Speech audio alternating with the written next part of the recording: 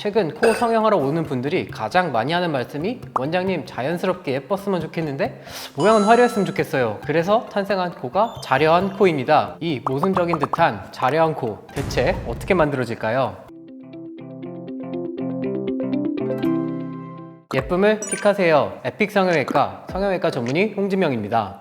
자려한 코란 무엇인가요? 자려한 코란 화려하고 돋보이는 코인데 수술한 것 같지는 않은 코, 왠지 태어났을 때부터 이 코였을 것 같은 모태 미녀의 코. 전통의 자려한 코는 전지현, 이효리, 송혜교님이 있고요. 그 이유를 신세경, 오연소님이 좀 계승해서 최근에는 여자아이들의 전성시대를 맞아 카리나, 뉴진스, 민지, 아이들 미연님이 이어가고 있습니다. 그런데 사실 신세경, 오연소님 등의 코는 대놓고 화려한 코라는 거 아시나요? 이들의 코가 자연스러워 보이는 이유는 코 말고 다른 부위도 화려해서 코만 보이지 않기 때문이죠.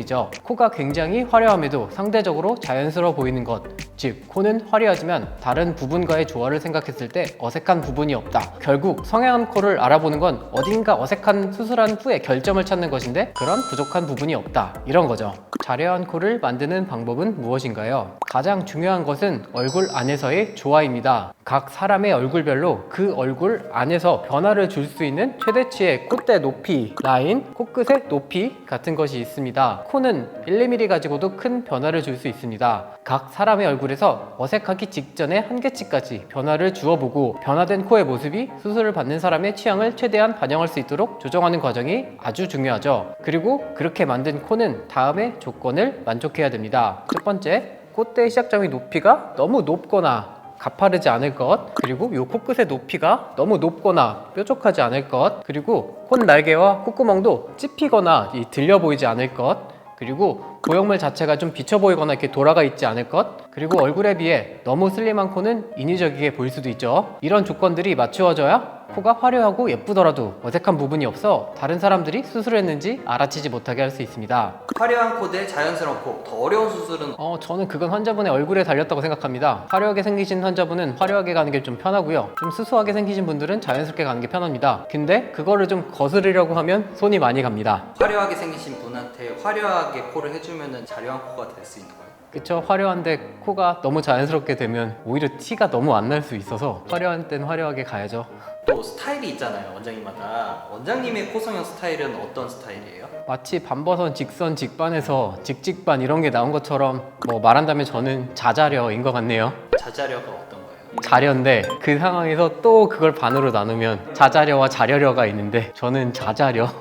남자와 여자, 자려한 코를 만드는데 차이가 있을까요? 남자든 여자든 어색하지 않게 최대한의 변화를 만들어 드려야 된다는 점에서는 큰 차이가 없습니다. 대신 남자는 여자분들보다 피부가 다소 두껍고 이마뼈 혹은 광대가 더 도드라져 보이는 경우가 많기 때문에 웬만큼 높여도 자연스러운 경우가 많긴 하죠. 여자들도 피부가 두껍고 골격이 발달하신 편이라면 마찬가지고요. 반대로 피부가 얇고 투명하고 하얗신 분들의 경우에는 조금만 해도 수술한 티가 확 나기 때문에 욕심을 좀 버리시는 것을 추천드리는 편입니다. 코 수술은 아무리 화려하게 해도 시간이 지나면 조금씩 낮아진다는데 코도 살아있는 조직이다 보니 무리해서 이렇게 당기게 되면 인체의 자연스러운 반응으로 변형을 회복하기 위해서 좀 낮아진다고 생각합니다. 코의 지지대 그리고 위에서 누르는 피부의 창과 방패의 싸움이죠. 한쪽만의 유일한 승은 없으니 회복 과정에서 결국은 조금씩 낮아지겠죠. 그런데 평생 계속 낮아지지는 않는 것 같네요. 처음에는 화려하게 또 높게, 이 말에 동의하시나요? 회복 과정에서 어느 정도 좀 낮아질 걸 감안해서 과교정이 필요하다는데 동의합니다. 대신 피부가 좀 되게 잘 늘어나시고 구축이 덜 생길 것 같은 경우에는 과교정이 많이 필요가 없고요. 코가 좀 짧고 피부도 잘 안 늘어나는 분들의 경우에는 늘어나는 만큼 최대한 과교정이 꼭 필요합니다. 나중에 더 후회가 없을 것 같은 첫 수술은 어떻게 하는 게 좋을까요? 요즘은 특히 어린 분들일수록 일단 재수술을 감안하고 처음에 한번 좀 찔러보듯이 하시면 안 되고요. 하고 싶은 건 한꺼번에 다 하시되 대신 내 코가 좀 감당할 수 있는 범위 내에서 하시는 것이 중요합니다. 감당할 수 있는 범위는 사람마다 다르기 때문에 전문의와의 상담이 필수죠. 자려한 코란 결국 수술로 충분한 변화를 만들되 남들이 수술한 걸 알아챌 수 있는 틈을 최대한 만들지 않는다는 것이죠. 얼굴마다 다른 자려한 코의 기준, 자려한 코를 만들기 위해서 가장 먼저 해야 할 일은 역시 상담입니다. 내 얼굴에 가장 잘 어울리는 자려한 코, 전문의와 알아보시기 바랍니다. 이상 성형외과 전문의 홍진명이었습니다. 감사합니다.